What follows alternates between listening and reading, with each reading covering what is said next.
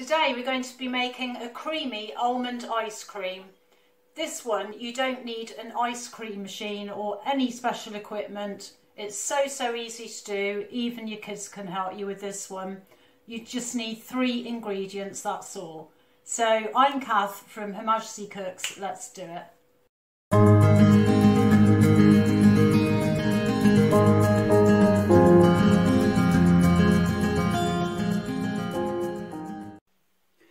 In a large bowl I have 500 ml of double cream.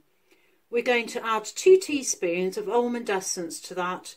Then we're going to whisk it until it forms soft peaks.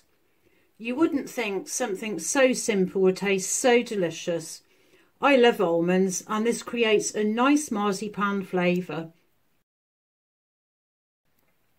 As you can see, it is now soft pillowy clouds of cream. Next, just push the cream to one side and pour in a tin of condensed milk. This will give the sweetness to the ice cream. Now fold it through the cream until you have most of it mixed together. This will take a few minutes. That's looking good.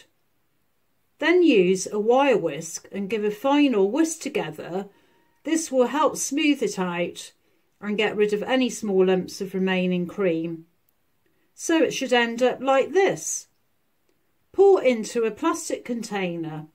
I've used a litre one here. Pop it into the freezer for at least 5 hours. A creamy smooth ice cream with no ice crystals at all. Finish with some toasted almonds if you wish. This goes really nice with my strawberry and lemon balm recipe. I'm going to put a link for it in the description below. So I'll see you next week.